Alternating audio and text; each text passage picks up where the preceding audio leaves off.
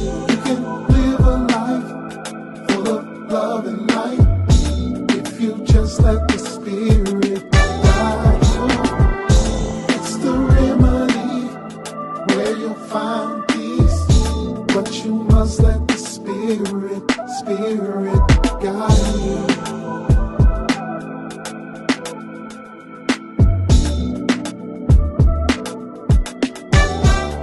Who made y'all priests? What's up, world? This is our Fafore. What's going on, good people? This is our Oseun. Welcome back to the Who Made Y'all Priest podcast, where we talk about our spiritual journeys, our everyday life experiences, and the issues of the time from the perspective of two people who just happen to be priests. Fafore, what's going on, man? Hey, man, same old, man. See, you starting to sound like me now, man. Yeah, I see you repping that Who Made Y'all Priest podcast t-shirt, man. Absolutely. Hold on, let me move it down a little bit so y'all can see. Boom. Get y'all Who Made Y'all Priest merch. You know what I'm saying? Link is in the bio on our Instagram page. Check us out. We got all the colors. We got like the 64 like crayon box colors. You know right. We got, and then they added some Zuzus and Wham Whams in there too, man. They got some other colors in there too. Oh yeah. We got salmon. Yeah, magenta. All that. Yeah. we got some with a little tie-dye action, probably some sparkles. You know what I'm saying? Yeah, we man. good. And you ain't just gotta get t-shirts. You ain't just gotta get t-shirts, man. They got iPhone covers. They got iPad cases. We got it all. They got stickers. Don't you got some stickers? Yeah, I got stickers, man. Let me see if I can show the people right quick, man. There go one of the stickers right there, man. Boom. You know? Stickers. Yeah. Hoodies. Man.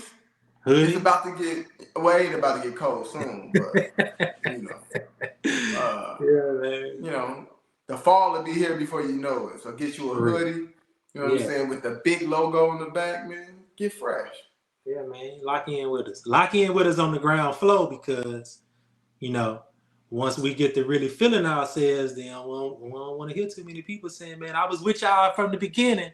So get in on the ground floor right now, man. Right. When we start come out with them Louis Vuitton Who Made Y'all Priest, you know, apparel, we start charging Louis Vuitton prices. Right. I don't hear nobody say nothing. Right. Talking about the homeboy price. Right. We might have a discount though for people who got the original. You know what I'm saying? We might get y'all a little coupon code. So yeah, get in right now, man. For real. Yeah, check it out. But speaking of that, this kind of, you know, made me think about something with some money. So I've been having this conversation, man, with an aberration about spirituality and money.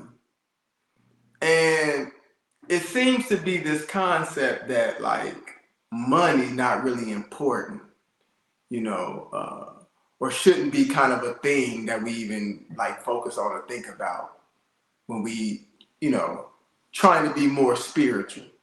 What you think about that? I always try to go back to the ODB5 when we talk about concepts that we may disagree about. In the Holy Odu Oshe Meji, it talks about money in the form of Ajay. There's a story where Ajay is told to make sacrifice so that she could become stable. And she failed to make sacrifice, and therefore Ajay is always on the move. For me, this tells us that for us to obtain money, we must chase money, that we must go after money, that we must go wherever money is. Now, this is not the love of money or the lust of money, but I think we bring our Christian upbringing, our Christian background into these ATRs, and we see money as kind of evil, especially those that seek after money, especially those that may charge you money for spiritual services. So yeah, that's a difficult concept to talk about and to broach to people. You and I have had this conversation before about the thing with spirituality and money, and you know, charging people money for, say, readings and rituals and things like that when we're trying to get people to better themselves. So it's something I still struggle with a little bit. But what you think about that, man? You still struggle with that a little bit? Well, I struggle with that a little bit, but in the conversation, first of all, struggle is not in my Odu. So, you know, yeah. so I'm like, it's interesting you talked about chasing money, right? There's Odu to talk about that we shouldn't chase money, but we should put ourselves in a position to attract money to us, right?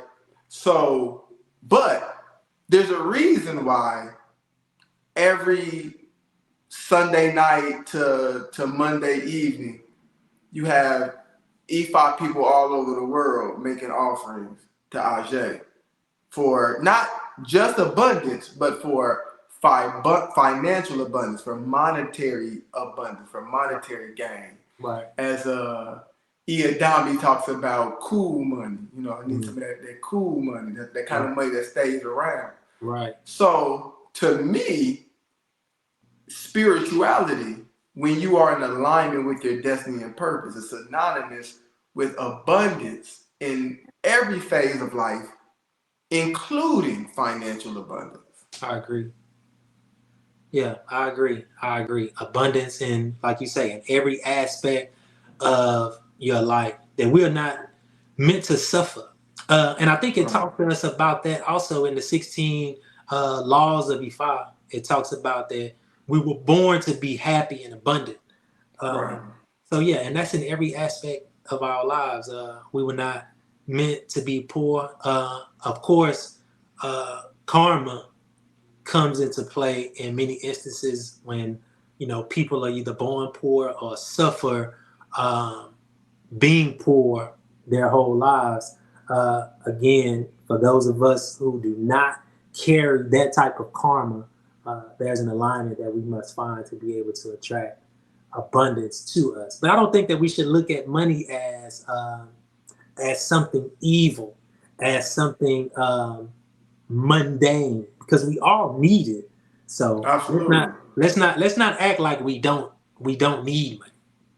Absolutely.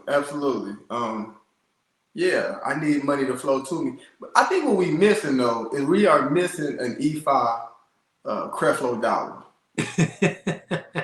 I think that's what we missing. I think we had an E5 Creflo dollar, and I reluctantly went to E5 and said, if somebody has to make the sacrifice to be that, you know what I'm saying, for the good of the people, right, I would take upon myself to play that role. You'll take that on, huh? Gladly. Yeah, I'll take that on. Yeah, so just let me know what I need to do so I can get that money. Right.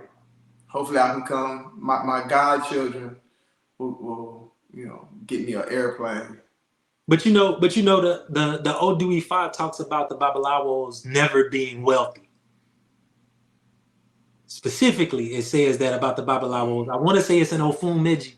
In Ofun Meji, it talks about don't quote me on Ofun Meji, because somebody gonna come for me and say, right, hey, that wasn't in Ofun Meji. Right, that was in O'Shea Meji. Yeah, it's in I promise you, it's in one of the 256 Odus where it talks about the Babalawos never being wealthy, about them never being wealthy. So, and I don't know what that means. What is wealth? What separates a wealthy person from a rich person? What separates a rich person from a poor person? The way I was taught what separates wealthy from rich, it was wealth is multiple generations of being rich. So no matter how much money I make, I will never be wealthy. But if, say, my grandchildren either sustain that wealth or even expand that wealth, they will be wealthy because it's generational money. Rich is just, you know, having a lot of money in this lifetime, but it's not money that's been passed down. So that's my understanding. So if that's Spears' understanding, I'm okay with that. You know what I'm saying? Right. I'm okay with that. Let me just get rich. Right. You know, so my other, you know, my descendants could be wealthy. But then the Odu 5, it seems to go further and says that the Babalawo shouldn't seek to be rich. See, I'm a stickler for words. So Right. shouldn't, and you are forbidden to. Oh man, I feel you. I feel you. I feel you though. I feel you. But the ODE5 seems to be playing on the fact that we are meant to be abundant, that we are the chosen ones of Olodumare to bring good into the world. That includes prosperity and abundance in every aspect of our lives. So, yeah, I think we should do everything that we need to do. Most importantly, finding that alignment and that frequency that attracts those things to you. All of the things that you desire, you can tweak your frequency to attract those things to you. So I think we should all be searching for abundance and prosperity, whatever that looks like for us as individuals. Absolutely. So, like our Luau always says, you know, if you practice E5, people should never see you sweat. That includes, to me, money. So we should be financially abundant. So in 2023, 2024, let's all get that money. All right. Yeah. You ready to jump into this episode? Man, I'm excited about this one, man. I'm excited about this one, man. Yeah, I'm ready to jump into it. Absolutely. Y'all got to stay to the end too, because y'all gonna have a treat, at the end of the podcast episode this week. Yeah, y'all stick around. That was a what you call that? And what they got a specific name for it in radio. That was a teaser. Is that maybe what it is? I guess we'll go with that. We'll go with teaser. I think I was looking for a more sophisticated word, but yeah. Oh yeah, I don't really got too many of them. Oh, before we go over to the guest, hit that like button or wherever it is. Please subscribe, share this. Your grandmama gonna want to see this. Your uncle, your auntie, your cousin is locked up. Send this to them. But let's get into this episode. Let's do it. Brother Rakim, what's going on, man? Alafia. Say Alafia to me. Alafia. We happy to be here. Happy to be here with you, man. We appreciate you taking time out of your busy schedule to come chill with us for a few minutes, man. I appreciate y'all having me. It's an honor. Yeah, man, we love it, man. You gonna bring a little bit of the culture to us. Yeah, for sure. Yeah, man. So introduce yourself to the family, man. Tell us who you are, what you do. For all the people out there that don't know you, man, give us your name, your everything you want to give us about yourself, man. Talk to the people. I'm Rakim Al-Jabbar. I'm the son of the late great Big Al from the legendary group Nemesis from Dallas, Texas. May he rest in peace. I'm an MC. I'm an Apparition. I'm Ade Banjo Fahimi. MC, spiritualist. How would I say? Prototypical black man in 2023. You know what I'm saying? Good job. Now, as is customary on the Who Made Y'all Priest podcast, we talk about our spiritual journeys and what got us to where we are right now. So talk to us a little bit about your spiritual journey. What other type of spiritual systems did you go through before you got to E5? And talk to us about anything spiritual that led you up into getting your hand of E5. Well, I was raised Christian, but my father was a Muslim for the beginning part of my life. So I had interest in them both just because, my mother practicing one thing, my father practicing another. I was in the gifted and talented programs in elementary school and stuff, and like around the 4th or 5th grade, I used the Quran for one of my projects. You know what I'm saying? And from reading the Quran to the little bit of backstory that I never really liked church. But for my granny to make me go to church, I used to tell her, okay, I'm going to go to church, but I'm not going to the kid side of the church. I'm going to sit right next to you. I'm going to hold the Bible. I'm going to highlight and mark whatever scriptures that the pastor talking about, and then we're going to discuss this later on after church. Mm-hmm. So I had a pretty good understanding of the scripture of the Bible by the time I got to the Quran. When I did a little bit of reading on the Quran for my project, I saw the similarities, right? And then so as a child, it honestly made me disregard both.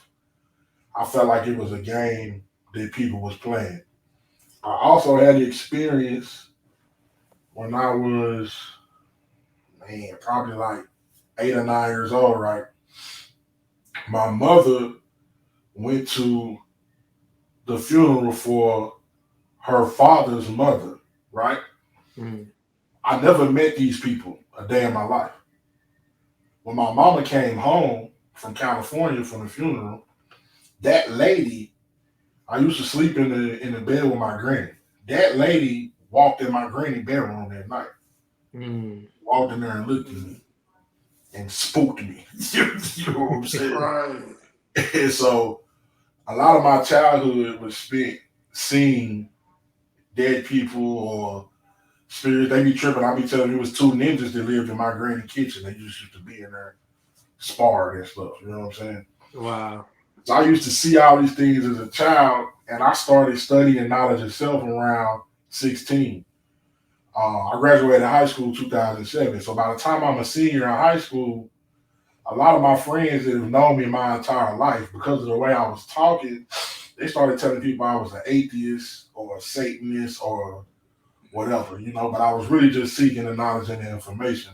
Mm. I go to college, I picked the Bible back up. I read it from beginning to end, but every night I said the same prayer. All I prayed for was to be able to see the truth. I prayed for proper discernment, you know what I'm saying, and to be led down the path of knowledge of self. Mm. That led me eventually to E5, but when I found E5, I never met a Babalawo in real life, right? So one day I go to a studio session and I'm going to meet a producer. I get there, it's a light-skinned soul singer there. He's supposed to be there meeting someone else. Neither one of the people that we came to meet showed up. We just started having a random conversation and we stumbled on E5 and the fact that he's an Iwo. You get what I'm saying? And that would be Ali Leke. Right. Right. So that's what introduced me to all our DSI, and I've been on my E5 journey since then. Man, I be jealous, man. I know Jimmy Fafore shaking his head too. I'm like, man, how come everybody else have these experiences? Like, man, I saw people that had transition. I had this type of experience, that type of experience. Man, I've Y'all never ain't had know any. people, but ain't you both of y'all Shango Childs or no? Nah, that's Nah, just me. yeah, I'm just him. surprised you don't, because most Shango people I meet is like that. Yeah, he's Yeah, not that blessed. He's a son of Shango. Who you a son of? I'm a son of Oya and Obatala. I was gonna say about that, that make a lot of sense. Yeah, Oya Mm-hmm. and Obatala. That's why I'm y'all cool. always jealous. I'm Yeah. always Plus, jealous of he people that real have grown that acting. Like, experience. Yeah. people think he older. People always be like, "Yeah, the older one," and I'll be like, "Me?" They be like, "No, the He older not one." I'm older like, than "No, you? no, I'm older than him." Oh wow. Yeah, I'm just childish, and he just mature. That's what Yeah. that is. You having childlike fun, man, huh?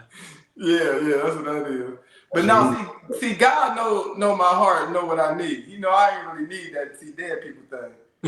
I might not have responded that well to that. I like to tell people that I know in this new era, this new wave of ritual tradition growing and new age spirituality, that's something that a lot of people like to boast about, right? It's not something I'm comfortable with. That's not Right. that's not cool. Mm. That's not. I'm not somebody that's super comfortable with that.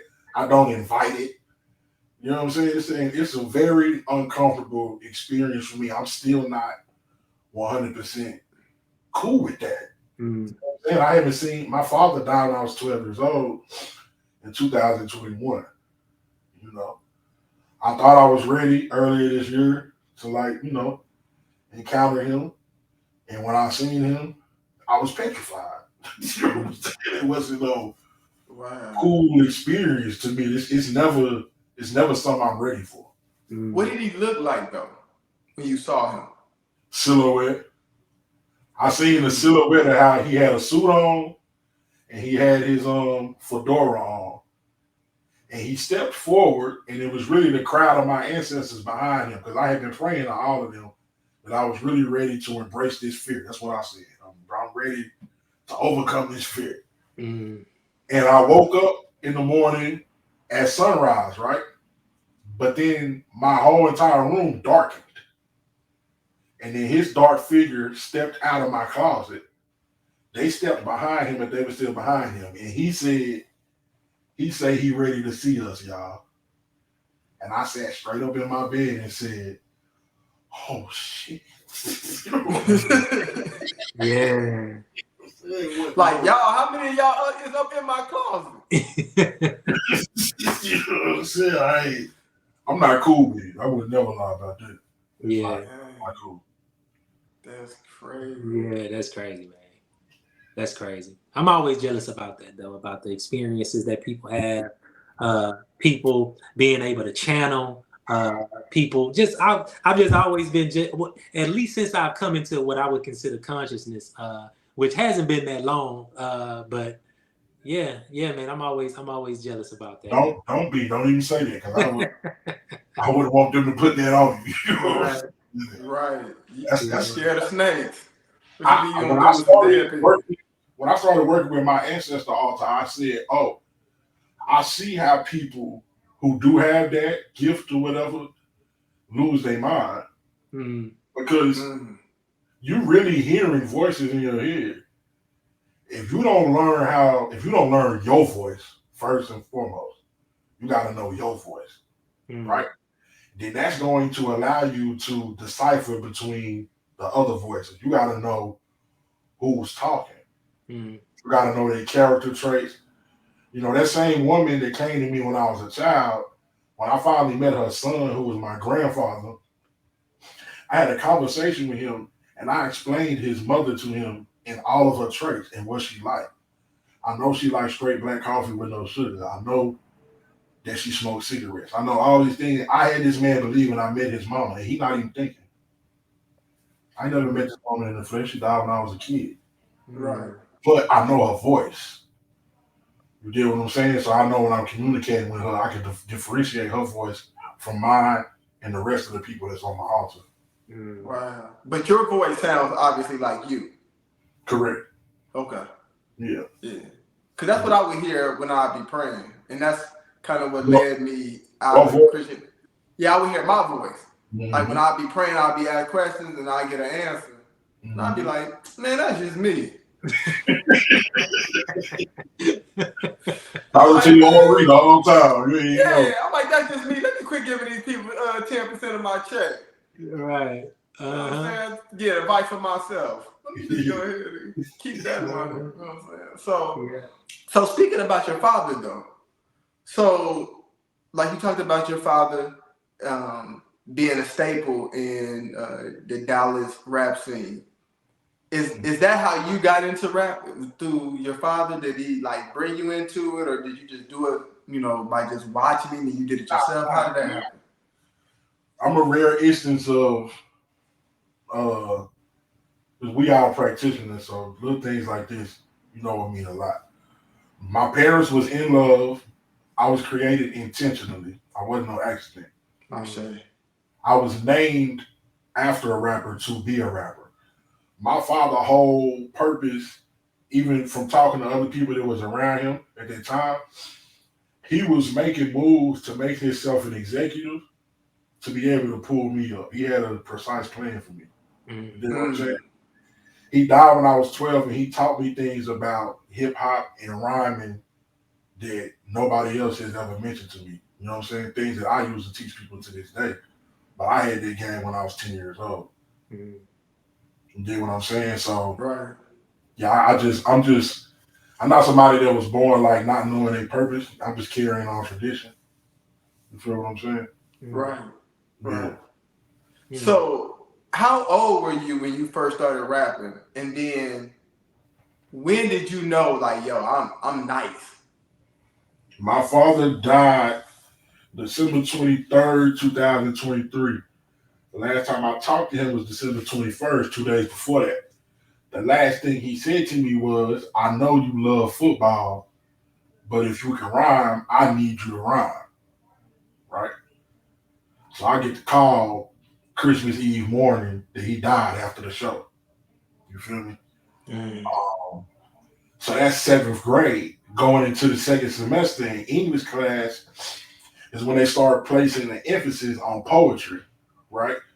Mm-hmm. So my English teacher from reading my poetry was telling me two things. One, that's how I was dealing with the trauma and grieving a lot, was through the poems I was writing in class. Mm-hmm.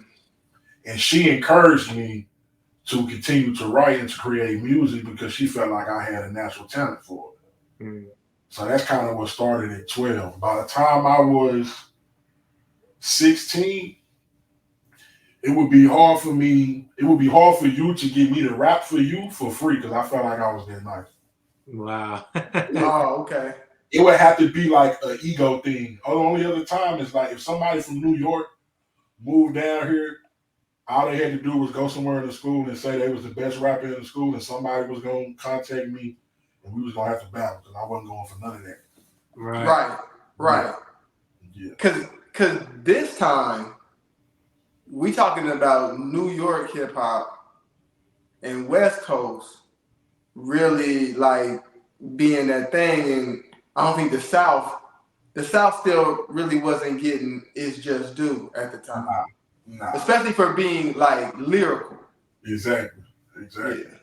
They Mm-hmm. wouldn't give you no respect. So to this day, I enjoy snatching that respect from people from New York, East Coast area specifically.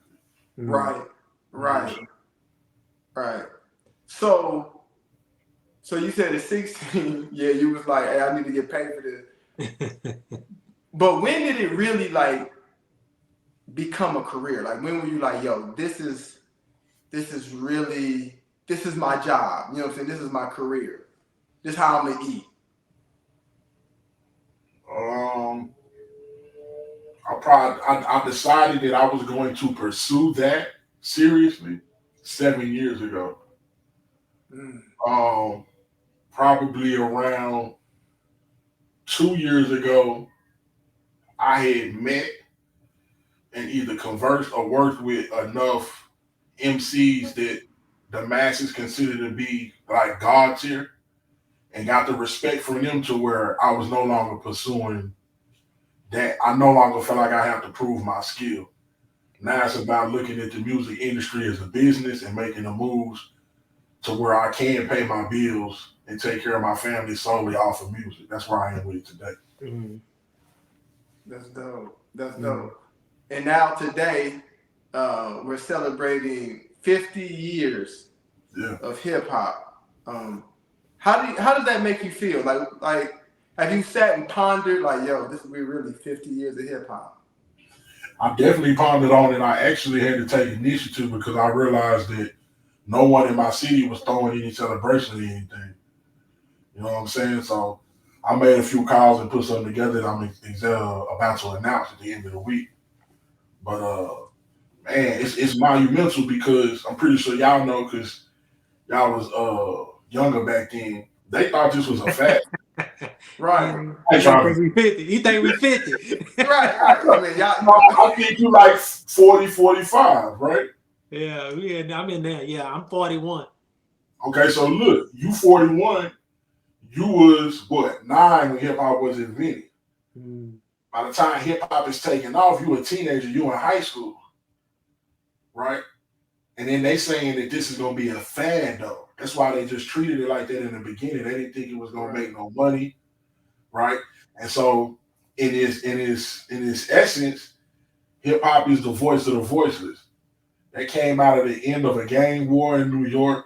It was some unity that came together, and there was a lot of positivity coming out of hip hop in the beginning. They only allowed that because they thought it was a fad.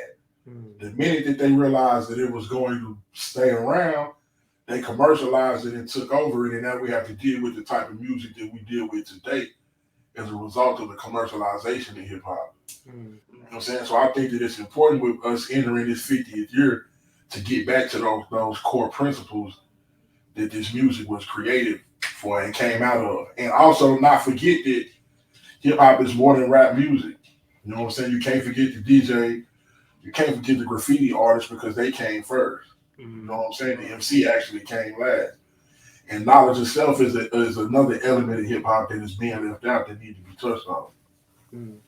Exactly. Yeah. Now, I know we got you on here to talk about hip hop and your career in hip hop.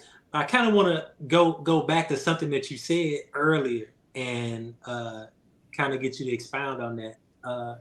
You said that your parents were in love and that you were created intentionally. How Mhm. how important do you think that was in you growing up as a young child, already understanding your purpose here on this planet? Man, man, I my mother can vouch for it, right? Because even outside of my purpose and thing, right, I think my temperament, my natural awareness, you know what I'm saying? I think I think that those two people being in love and intentionally creating a child, I think you make something that's truly different. Mm, Mm. I'm not no. My mother would tell you that we grew up together, me and her, mm, right? She's aware of when I came here, my level of consciousness was equal to hers as a baby. You know what I'm saying? I'm somebody who was doing their times tables at 4 years old. I started kindergarten in Denver. When they moved me to Texas, they tested my IQ score. My IQ was higher than everybody's, including the person that was supposed to be teaching me, right? But mm, this is all to me what was like common sense. I came here with a certain level of empathy, compassion, and coolness, stillness, and focus that I haven't even seen in my other siblings because it mm, wasn't the same scenario. right. You Right. know what I'm saying? Mm, And my purpose, I've always been in tune with it. I got beat at home the day they taught me how to rhyme at school as a like 7 year old mm. because I wouldn't talk without rhyming. Every single thing I said that day they taught me how to rhyme in school was a rhyme. My mom was tired of hearing that. You know what I'm Right. Right. saying? So yeah, it made everything so natural and on point. Even the spirituality. When I think back to things, after I got initiated, I got led to leave something for Baba Luaye at a tree that I used to go to all the time when I was a kid, 5 years old. That same tree. Mm, That's been my tree. I had no reference point to connect it to Baba Luaye, but I knew that was my tree when I was a kid. right. You get what I'm saying? Mm. Yeah, yeah, man, that's a different level of consciousness, and I've never really thought about that from that perspective of being intentional on how and what we create and what uh, state of consciousness we are in ourselves when we are doing the creating. You know, Mhm. I've been trying to study hoodoo a little bit lately and the things about intention when Mhm. you're doing these spells, when you are building things with your own hands, how you have to have this certain level of consciousness to Mhm. really make the thing that you want to make it. So I thought it was important that we visit that you just said that and we passed by. I thought it was Right. important that we visit that. That's going to be something important that we're going to go I back give you to. something else too. What you said is something I had to learn to implement in my music, right? Mm, Because I had to just tell one of my friends the other day that it's different if you're making music for the people that's in the church or if you're trying to lure people to the church. mm, I'm trying Mm. to lure people to the church, right? Right. So, as a magician, for lack of a better word, right, I had to learn how to place my true intent behind the inside of different words and put the medicine and the dog food in the music in order to lure people a certain way. right. Right. You know what I'm Right. saying? Mm-hmm, Right. I don't think people really appreciate the importance of intention. mm-hmm, I mean, even when you're doing, plant medicine, like I've had experiences when I set intentions, and then I had an experience when I didn't set intention. Both are powerful experiences, but when you set intentions, it's expounded upon by tenfold, hundredfold. mm-hmm, So intentions are important. Another thing that she pointed out was about you were created intentionally.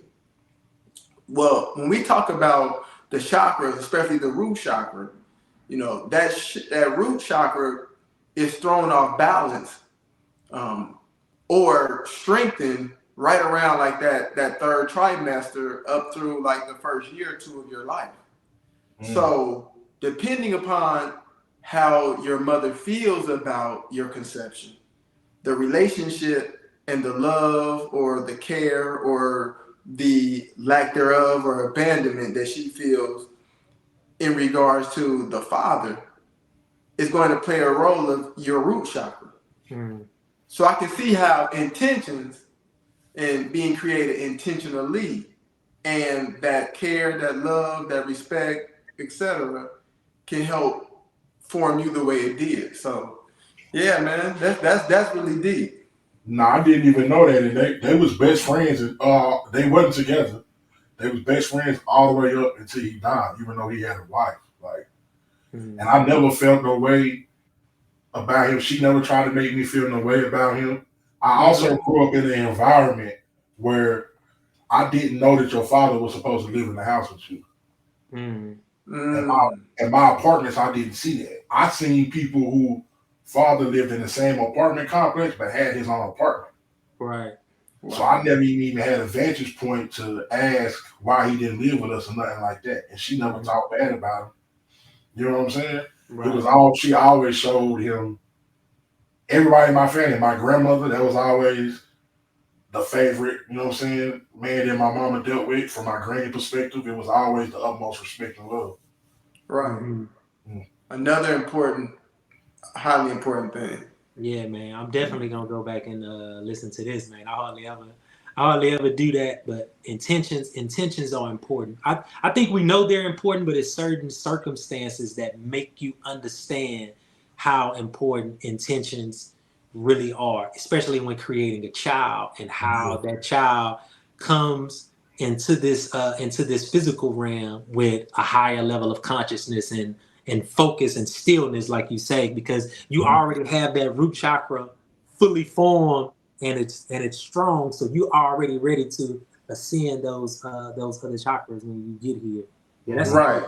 Right. That's a beautiful thing. Now I don't want to get too far off the topic, so yeah, because we could talk about this for hours. Oh yeah, you know. Yeah. So I hear a lot of things about what's hip hop, what's not hip hop. Usually those type of things come off the East Coast. That's not real hip hop. This is not real hip hop.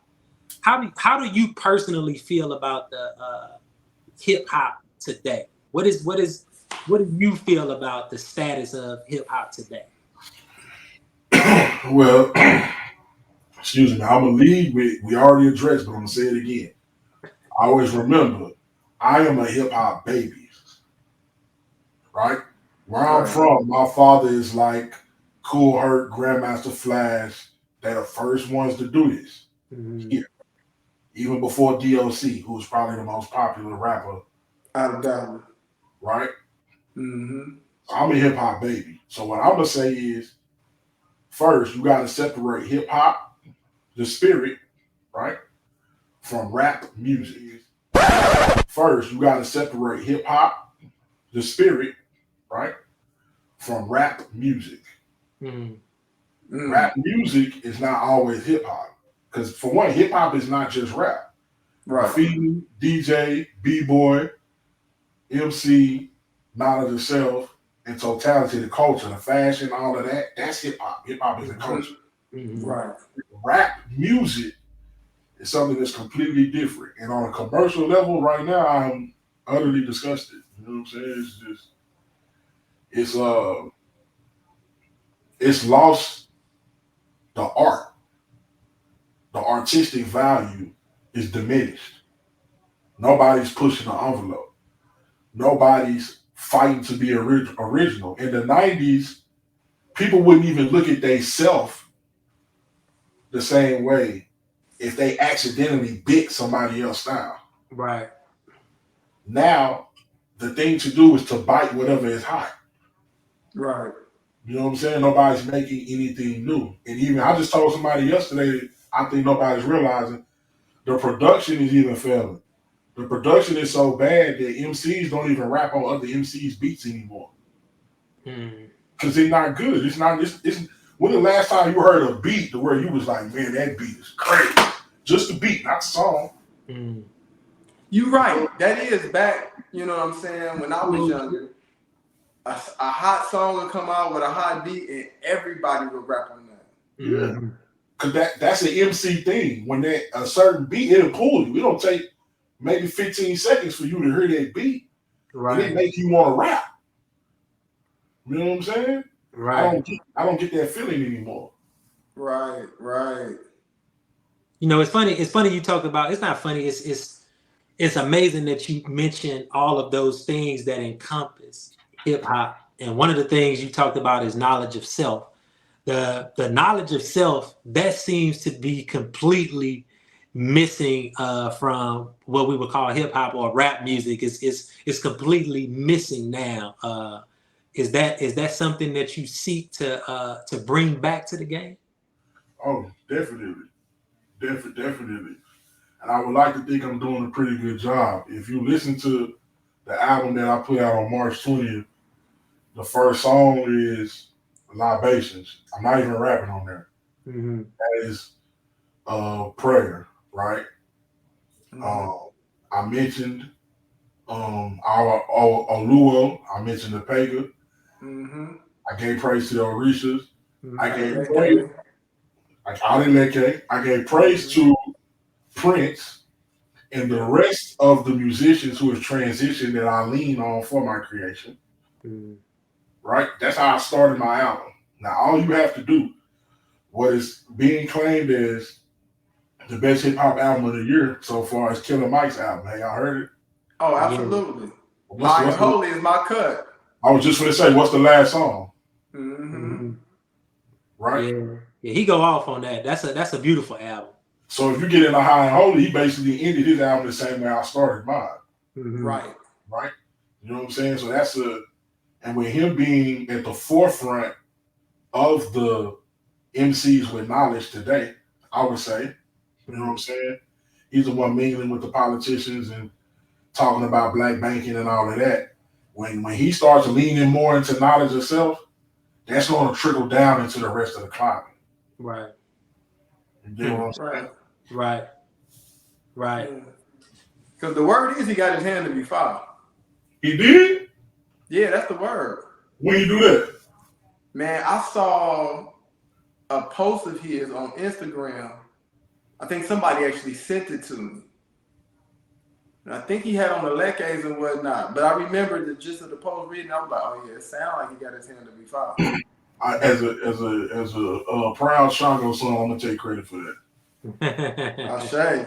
Now here's the crazy part is I love this album, right? You know, I popped it open.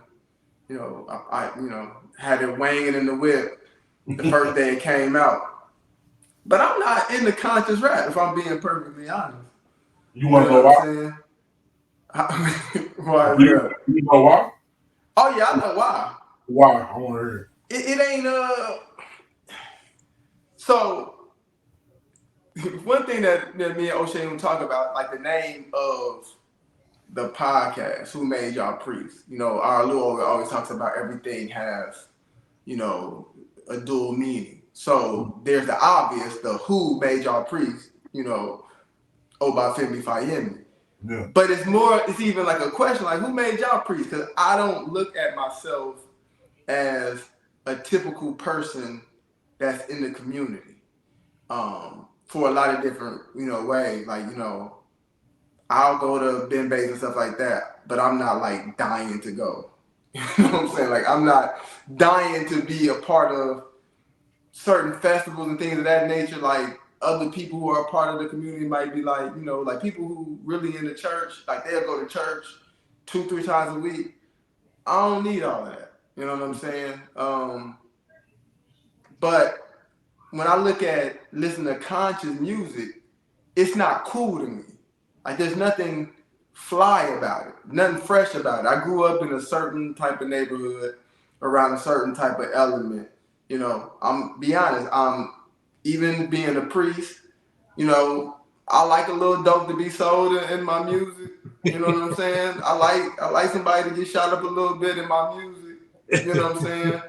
Cause I read and I study a lot. I'm a light path setter. I spend a lot of time doing that. So I don't go to my music for the things that I go to books for. Like when I go to music, I want to be entertained. And I'm mostly an R&B person. Other than when like I'm in the gym, if I'm in the car just riding, I'm gonna be listening to R&B. You know, 90% of the time. You know what I'm saying? But the other percent of the time, I want to hear some foolishness. If I'm gonna be perfectly honest. I'm talking about all the foolishness. So yeah, I'm not really into it. But when you have people like, you know what I'm saying, Killer Mike album, when you have, you know, Jay-Z, you know what I'm saying, do something. I was a big fan of the Keep Your Head Ups, right? I like the Tupac, what I call the Tupac formula. Give me, now this is back in the day. I know they probably don't do albums these same numbers now, but give me 14 Hail Marys, a Brenda's Got a Baby, and a Keep Your Head Up, and I'm like, I'm cool, right? I'm cool. That's a good ratio. You know what I'm saying? You done did all the foolishness throughout the rest of the album, and now you done dropped me a little knowledge. I'm cool. You know what I'm saying? You done put the medicine in with the applesauce. But I don't need what I call a whole Eyes on the Prize album. Like I watch the documentary. You know what I'm saying? I read the books. You know, I watch different things on TV related to that, YouTube video, all that. In my music, I just want to go somewhere else. I want to sell dope in my music.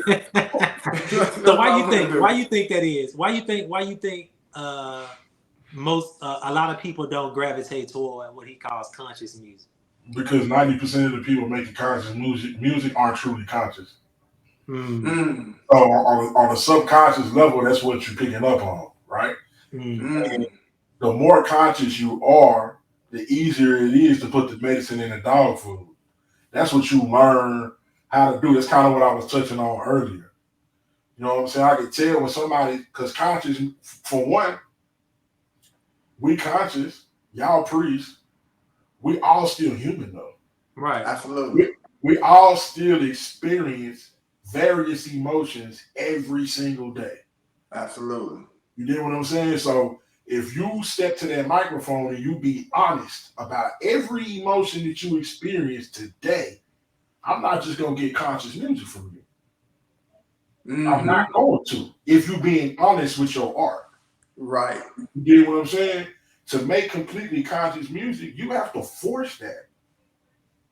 And so it's going to be unnatural and it's not going to jam because who does that? You get what I'm saying? So I feel like we pick up on the dishonesty that's in that type of music. And, you know, in today's time, a lot of people want to pander to the conscious crowd.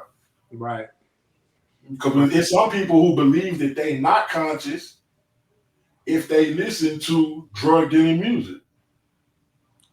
Right. The people who have yet to remove the Abrahamic thinking pattern from their brain, even though they practicing something that's supposedly an African tradition or other spiritual system, they still behaving like a Christian or a Jew or a Muslim. So they're going to carry it the same way. They put down the gospel music. Now they only listen to conscious music. I don't want to hear no Future, no Kendrick Lamar, no SZA. You know what I'm saying? That's still secular music.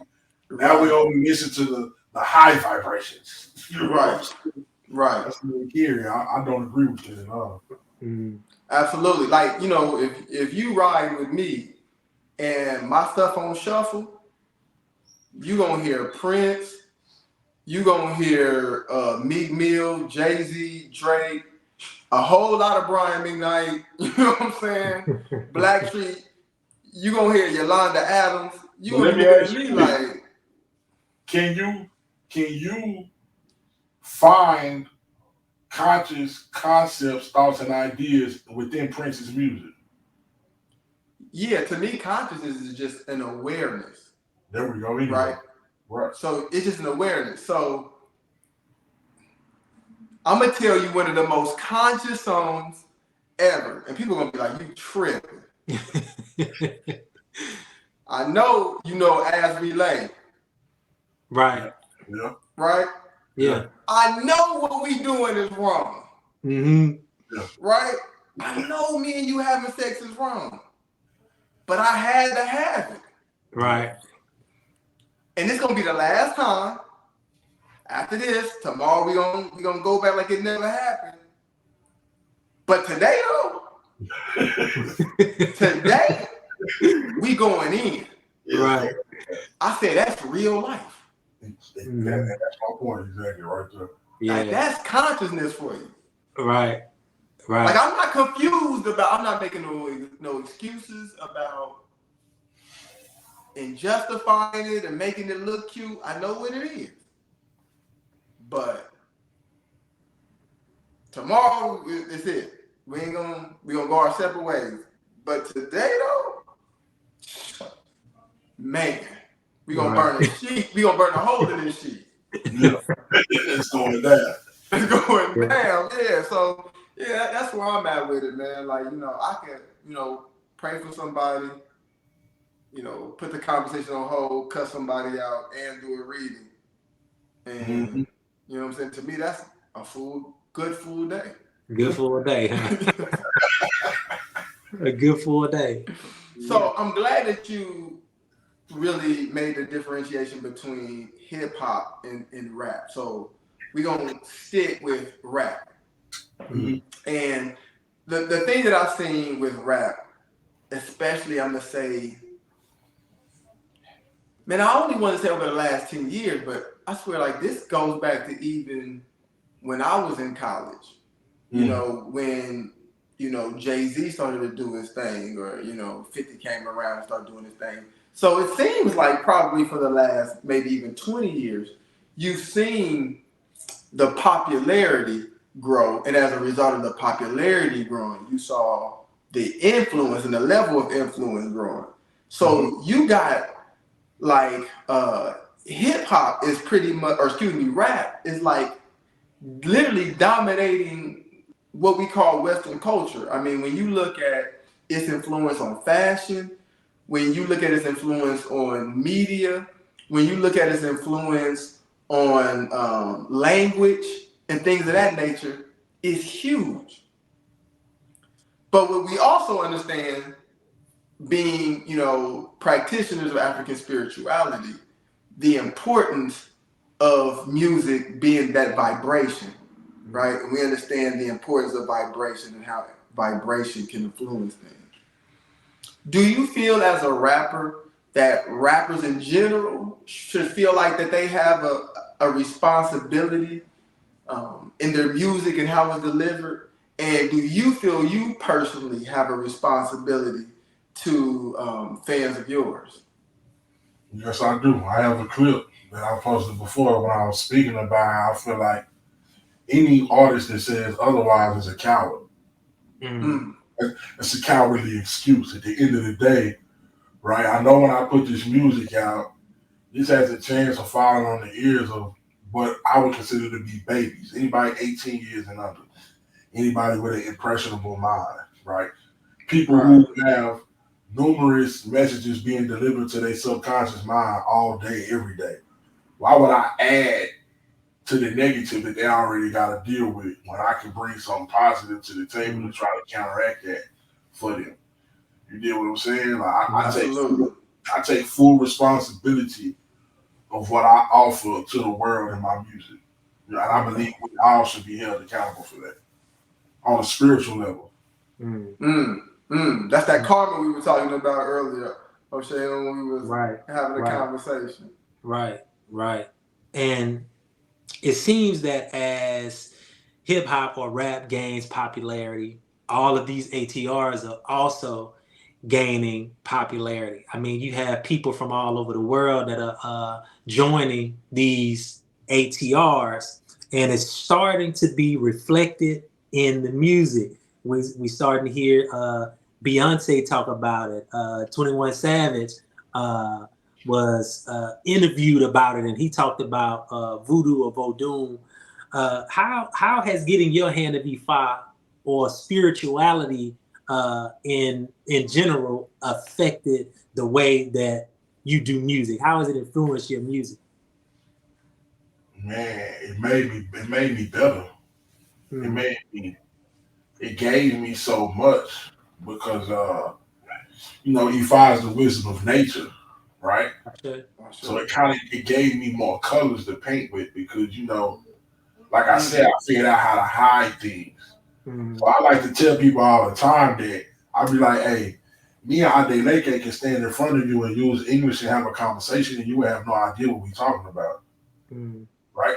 So I go back to the previous statement. I know when I'm making music that I'm speaking to your subconscious mind more than I am your conscious mind. So if I structure this song in a way that grabs your conscious mind, I definitely got your subconscious mind. And Mm. that's why I can be that jewel that's going to awaken in your mind, your conscious mind later on. Mm. You know Mm. what I'm saying? So Right. E5 spirituality just gave me a lot more to work with. I think most importantly, E5 helped me know myself better and be comfortable with who I factually am. Mm. Mm. And then that gave me comfort to fully express that because I used to be in a box with my music. I used to would not speak on or address things that I either did or saw firsthand because I didn't want to get that messaging out. This Mm. is before I figured out how to put the medicine in the dog food, right? Mm. And how to properly place my intent behind something to where I can speak on something without glorifying it. I can use these words and paint a picture and show you the true outcome of anyone living this life and walking this path. Mm. You Right. dig what I'm saying? And hopefully that'll draw you to an album where you hear something like, ironically, the intro on my album was a personal thing. Mm. I got so many messages and phone calls about that song though, and people loving that song in the way that it made them feel, the vibration that they felt from that song. Right. You get what I'm saying? But nine Mm. times out of 10, something else is what led you to that project, is how you ended up hearing that. Mm. Right. You get Right. what I'm saying? Yeah. Right. You know, Right. I actually listened to that to Libations, um, and I've listened to some more of your music, and I plan on listening to more of your music. And the little that I've heard so far, I've heard you mention E5 and the Orisha in your music. Um, do you think your core audience grasps that? Do you think that they're picking up those jewels as you lay them down about E5 and Orisha? Yeah, definitely. Because when I came out, I was already spiritual. I just wasn't practicing E5. You know what I'm Mm. saying? I was on some more hoodoo. Like I be telling people, like people my age, like I told you, I was there in high school. So I meet people my age, they fascinated about crystals and herbs and all of this. And this is stuff that I was on 10 years ago.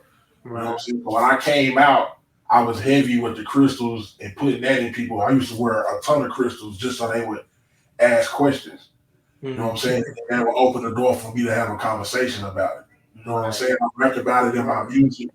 I've always interwoven my spirituality into my music. That ain't nothing Mm. new. Right. So let me ask you a question though, and I want to see how deep you go with it. So again, people probably gonna kill me for this. I've said it in, before to other people, and they be like, "I'm crazy." I've never been like a fan of like Nas. Like Nas has never been my cup of tea. And Mm-hmm. I always say it's because I don't like his beat selection. Now, when we understand sonically, when we understand the beat, right? The thing that separates rap music, or the thing that actually makes rap music versus just poetry, is the beat to me. And you might have a different outlook on that. You can, give me some game on that. But we know the beats hit on certain frequencies. For sure. You know, we come from African spirituality, right? the drum is a huge deal. We were forbidden from using the drum, under colonial rule. So I know how you talk about when you rap, the words connected to your subconscious. Do you look at the beat the same way? Do you think about, certain drum patterns, certain frequencies, so you can connect? Because I know Adeleke, for instance, is heavy on the frequencies of the music. So where are you with that? Yeah, I'm heavy on the frequency. It'd be amazing me because I'm working with different engineers and producers. 9 times out of 10, I'm the first one to ask them to change the frequency of a song. Mm. Because every song is mainly put out at 441 hertz. You know what I'm saying? Some people don't even be knowing how to do it. They end up learning how to do it from me asking the question. I'll change the frequency of a whole song. You get what I'm saying? Uh, some songs don't need the 808 because of that frequency that gives. It's a video with Kanye talking about that. You know what I'm saying? That the 808 is very low vibrational. Mind you, we can go back. They don't get the credit for it, but my father's group created the use of the 808 in hip hop music, and it hitting as low as it does. You can go listen to a song by Nemesis called Munchies for Your Bass. To this day, Mexicans all across the world that drive lowriders, that's the song that they use to test their stereo. I've performed it in my father's place at car shows. It's a big car show song because it's the most bass from an 808 that you ever gonna get in your life, right? But that frequency is not always conducive to something that you're trying to do musically, especially if you are trying to counteract the negative programming. The 808 really drives that. If you pull away, I think that's why we're seeing the Afro beats have its moment right now because they lean in more on the traditional drums and just a regular kick drum. It's not that 808 because what an 808 is synthetic. What drum kick can you hit that sound like an 808? It ain't one. You get what I'm saying? So anytime when I'm intentionally making a whole song that's supposed to uplift people, the last song on my last album, YCBMD, it ain't no 808 on there. It's all kick drum. I changed the frequency to 432 hertz. You know what I'm saying? That song was intentionally made to enhance your mood whenever you hear it, no matter what you're going through in life. If you turn that song on, you're going to feel better about yourself. I love it. Wow. Yeah, that's a beautiful thing. I've never learned so much about music. I've understood about the frequencies and the beats and things like that, and attempts to reach the subconscious mind, but never in this fashion. I've never thought about it through the music at least not from that perspective. So yeah, it's good to talk to you about the how it is from the creator's mind frame, changing the frequency of a whole song. Yeah. You can get as particular as certain notes resonate with certain chakras. You can really play with somebody. Like we can, and I've been in the studios with that. It's very. I done seen an engineer. I done seen an engineer take off the entities that are present in the room when the music was created that the microphone picked up that's unwanted. If you can't understand it. All of that is going on. Right. We're using specific notes to target specific chakras. So I kind of made a song to sum all this up because I call the lower 3 chakras the yellow prism, right? If you trapped in what I call that yellow prism, we know what's really going on in the lower 3 chakras. That's where all today's music is made from, though. They not really going past that 3rd chakra and getting into that heart music that we got from the 70s. Right. You get what I'm saying? Where it's more real instrumentation. That's another thing. the more real instruments you bring into that music, the more uplifting it's gonna be. When you're using them synthetic drums, keys, and guitars and all of that, we compressing it and we get lower on the chakra system. It's not gonna resonate at a high vibration. Mm-hmm. It's So impossible. nothing past the sacral chakra. No, nobody's making that. Mm. So let me ask you that about the 441. Why at that level? What does that tap into? Honestly, I forgot, but it's not a it's supposed to be 432. 432 is healing.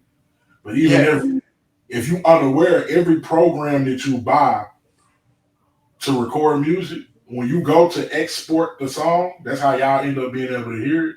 It's going to bounce that song at 441 unless you change it yourself. Mm. It just says that's like industry standard. Oh wow! So do you change all of your songs to 432? Because sometimes you might want to go 528. Mm. Mm-hmm. You know what I'm saying? It's really like it's a case by case scenario with what you're trying to hit. That's why like the most intentional people, like Kanye West, music is so polarizing because he's going in there to the T. You know what I'm saying? Mm-hmm. People who know they know what chords to play. That as long as you're human, you're gonna be moved by this. You don't have no choice. Right. Absolutely. You know what I'm saying? Like it's well, I mean, wasn't Lucifer the angel of music or something like that? So Oseun and myself was talking about that, and I'm like, I haven't seen that in the Bible anywhere. Right. It's talked about. Yeah, it's talked about amongst church people, but I've actually never, seen that in the Bible. And That's I've read like the Bible from front to back. me too. But and I be telling people that's like 80% of Christianity is talk. That if you sit down by yourself and read the book, you will not find. Right. Absolutely. You know what I'm saying? Yeah, but I just think you have to say that people that's creating music are very diabolical in their approach. Right. Yeah. So let me ask you this. Hold on, one thing, because I forgot, because you disrespected Nas. So we're going to do that. You don't listen to Nas for the beats. Come on, man. That's not why you listening. You listening to Nas because he's one of the greatest writers, storytellers of all time, across all genres and forms of writing. You can close your eyes and see what Nas is saying. Man. Yeah, you ain't feeling me at all. I see it. No. I didn't try though. I didn't try. I really didn't try. Like I'm a everything ain't for everybody. For real. See, I came in. My first love musically was like Ghetto Boys. So I came in on the South. Ghetto Boys, you know what I'm saying? Oseun from the South. He ain't hip to probably Gangsta Nip now. You know what I'm saying? That's how I came in to Gangsta Nip. You were from up north somewhere, right? Yeah, I'm from Ohio. Ohio, you okay? Yeah, I'm from Ohio. You know what I'm saying? But I came in on Ghetto Boys, Gangsta Nip, and then Pop and No Limit. In college, every Tuesday, because I swear to God, Master P dropped a new album every Tuesday. Every Tuesday, I was at Best Buy. I had like 4 of them 200 CD books full of music. Yeah, I was messing with bourbons and my whole vision was to get money, to go to a dealership with a duffel bag full of money, buy me some clean, get in the whip, throw in ghetto dope. Don't even put my AC on, just roll all the windows down and have that thing wank. You know what I'm saying? Yeah. That was my whole goal. Like, this is what I'm gonna do. You know what I'm saying? I'm gonna roll off the lot, you know what I'm saying, playing bourbons and lacs. Like, that's what I'm gonna do. As loud as it's gonna go. Yeah. Real ignorant. Right? So, like, that's what I was into. Then Pop. And then Hov. You know what I'm saying? And now I listen to Drake. Because I feel like Drake is something that you could play in the whip while you with a woman. Like, she don't want to hear Nas. It depends on what woman you with. True. I'm talking about I'm gonna go the bell curve, the 68%, the majority. They gonna be like, what is this? But if you throw in some Drake, Like they gonna be winning. You don't know the Nas secret. I'm gonna play Nas in Amy Winehouse Cherry Wine, and she don't start liking Nas after that. I guarantee it. You gotta know the Nas songs to play. Yeah. You probably would play New York State of Mind or something like that. She don't want to hear that. See what? Now I'm gonna tell you what I did like though. I did like It Was Written. That's my album. I do like It Was Written. That's a classic. Yeah, that's a classic. Do you like rap like that? Who, me? Yeah. Oh yeah, I listen to rap. I started off probably with Bone Thugs and Harmony, maybe. That's who he was supposed to start with, being from Ohio. I'm older than him, so that's like way down the road.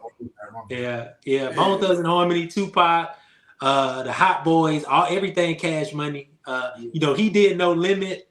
I think I did do like Master P in the beginning, but once Cash Money came out, once the Hot Boys came out, I kind of dropped No Limit and stuck with the Hot Boys. But now, I mean, when I listen to rap now, I listen to I like the old Plies, Jada Kiss.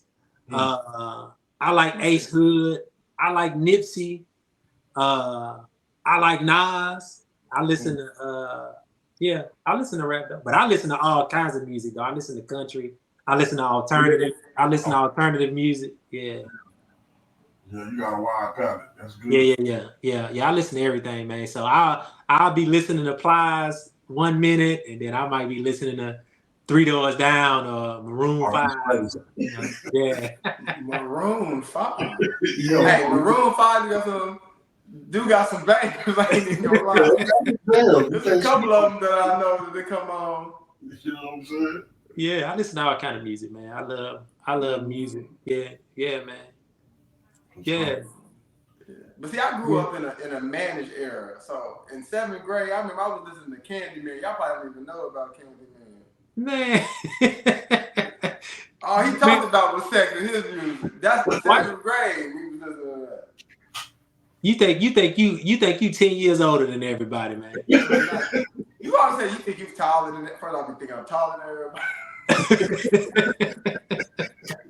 Yeah, man. You think you a foot taller than everybody and 10 years older than everybody. Something like that. Yeah, man. If I was in 7th grade listening to Candyman, then you was what?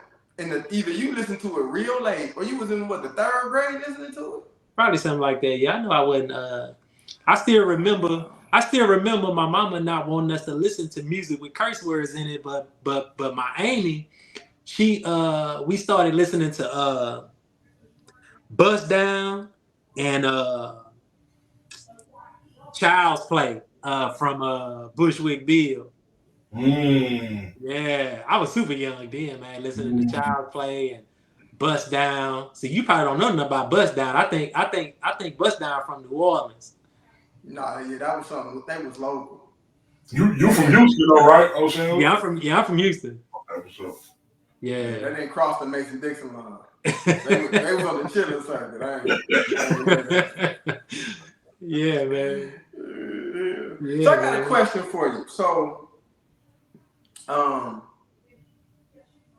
we got concepts that's associated with so this street life thing, right, is so huge in music nowadays, and to where that's having an influence, and you seeing what's going on with like Ja Morant and everybody talking about snitching, everybody talking about checking in. Mm-hmm. Do you see this trend in music continuing to go that way? Or do you think what we are seeing now with Killer Mike and the music that he's making? And I laugh because I saw somebody like HaHa or one of them comedians, somebody can't remember who it was now, HaHa Davis, somebody, Bubba Dub maybe who it was, who posted, I think he posted about was it Killer Mike's album he posted about?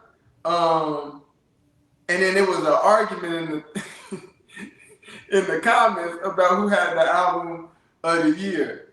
Between Killer Mike and man, what's the dude who everybody calls Nick Gunner? Gunner. No, he posted Gunner's album and said, you know what I'm saying, Gunner album go crazy. And then some people threw it Killer Mike. And then some dude just like, ain't nobody want to hear that shit. So,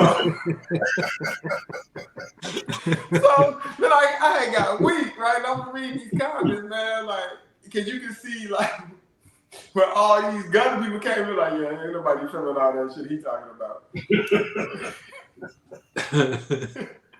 But I mean, I laugh at everything. Everything funny to me. But it's a part of it that ain't really funny, but I got a sick sense of humor.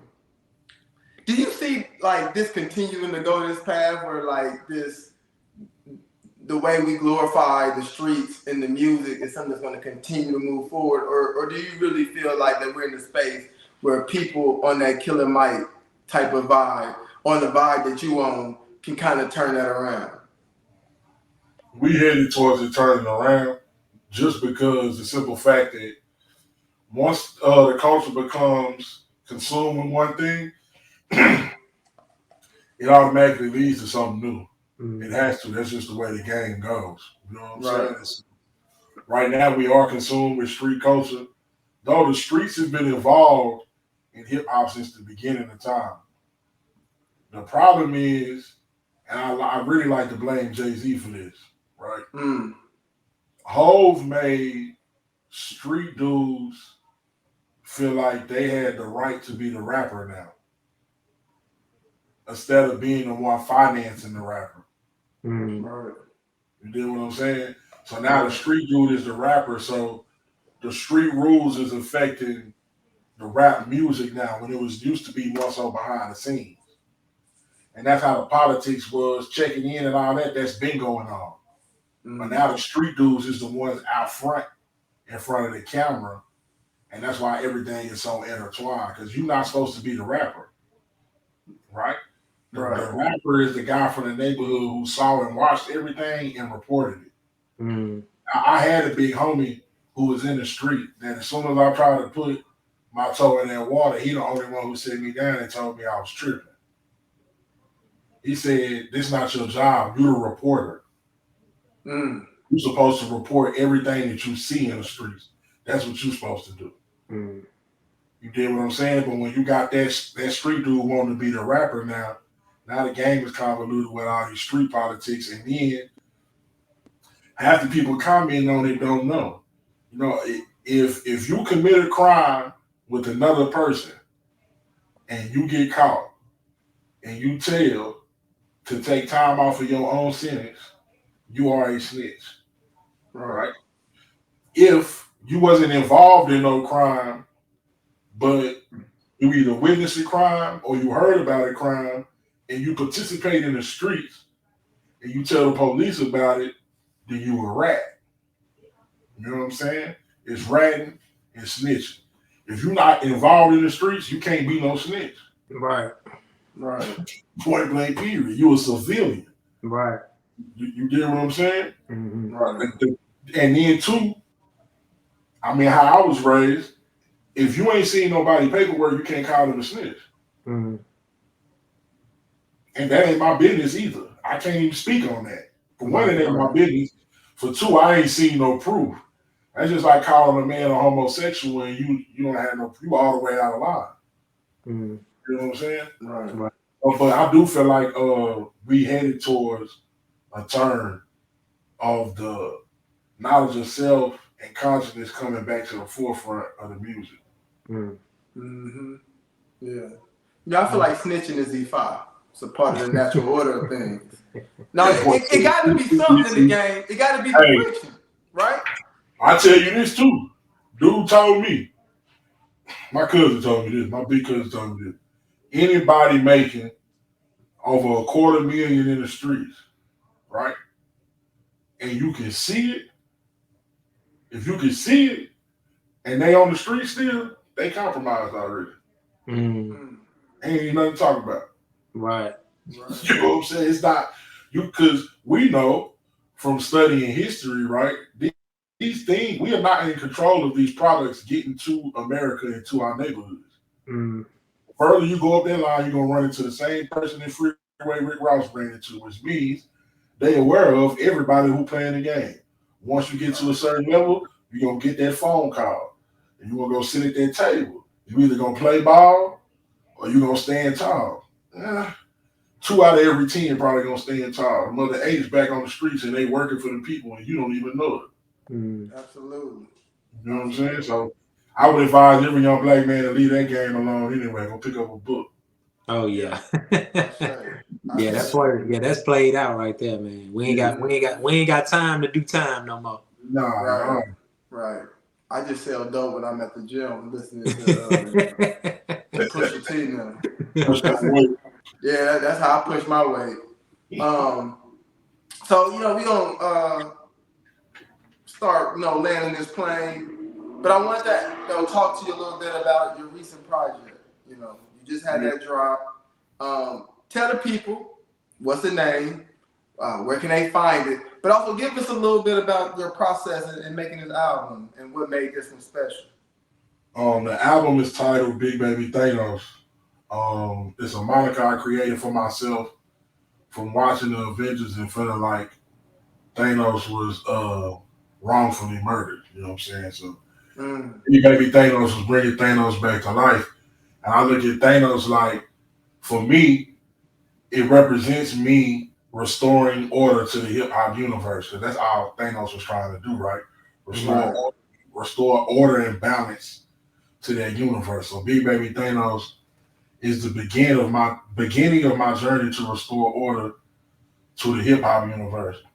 It's very special to me because it was released and created mainly in that, after you get your Ishe Fa, them first like 12, 18 months is kind of treacherous. You know what I'm saying? Mm-hmm. When I was hitting like that 18 mark and I started catching my stride is when I was creating a lot of this music. You know what I'm saying? I didn't even really realize it until it was already out because I was trying to understand why it felt like my first time doing this, why it felt like a new beginning. Right. I had to remember that I am a new person. That's why I said I did Banjo Faini on the first song. Because I had realized I really am a new person. You know what I'm saying? I'm operating on a clean slate. I know my destiny now. Okay. And so now we on this journey forward. Sure. And you can find it on all whatever music platform you use, Big Baby Thanos, you type that in, it's gonna come up. Yeah, my cut on there is Reasonable Doubt. You know what I'm saying? I had to hit you up and tell you that personally. Like, yeah. That's one of the ones. We got to do a video soon. That's one of them. Oh yeah, I would love. Tell the people how they can follow you on social media. First thing you can do is go to www.rakimaljabbar.com. Subscribe there. You can find a link to every single one of my social media sites. If you just want to go to Twitter, Instagram, Facebook, TikTok, it's Rakim Al-Jabbar on every single platform. So, y'all check him out, man. Show some love. I mean, he could really spit. Like, definitely. His real life. Yeah. Now, this is my favorite part. You know what I'm saying? This is my favorite part of the show. You know what I'm saying? This ain't Sway in the Morning. You know what I'm saying? But, this ain't LA Leakers, but, we need that hot 37 up out you before you get out here. So, we need you to we need you to bless the mic one time. Paul. You ain't never wrote a verse in your life, huh? No. I told Oseun, I freestyle, I come off the top. But since you here today, you said that hot 37, boy. That's a hot 37 bars is crazy. Right. Yeah. Nah, I got this rhyme that we go. They try to tell me that the sky represents limitation, and only history of mine began with enslavement. So through the segregation, people became complacent. They walk with Martin, so they're wondering why I'm racing. I'm just trying to keep the culture from moving backwards and teach the young people to analyze the factors In reality, Obama and them politicians are actors. They playing as the trappers, as rappers. We supposed to be the mouth for the voiceless. I was born anointed, so I wrote this for those who noticed. Only thing fair about life is the weather in the summer sun. And that feeling in your soul when the drummer drum right along with your heartbeat. From the concrete, the roads grew and showed you. Pressure make diamonds. You can place the world on my shoulders in due timing. I'll emerge from the dirt, too fresh for a hearse. Brought the heavens to the earth. Black Jesus spit a verse. What did he disperse? Realest thing you ever heard.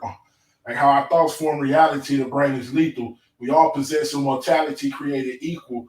God and our law one and the same. Different culture, different name, but the story still remains. See, we came from the Most High, made in His image. If you're wondering why I'm so fly, living like Malcolm right before he bought the bow tie, meaning that I smoke plenty reefer and I want my money. See, I'm on my Martin Luther King tip.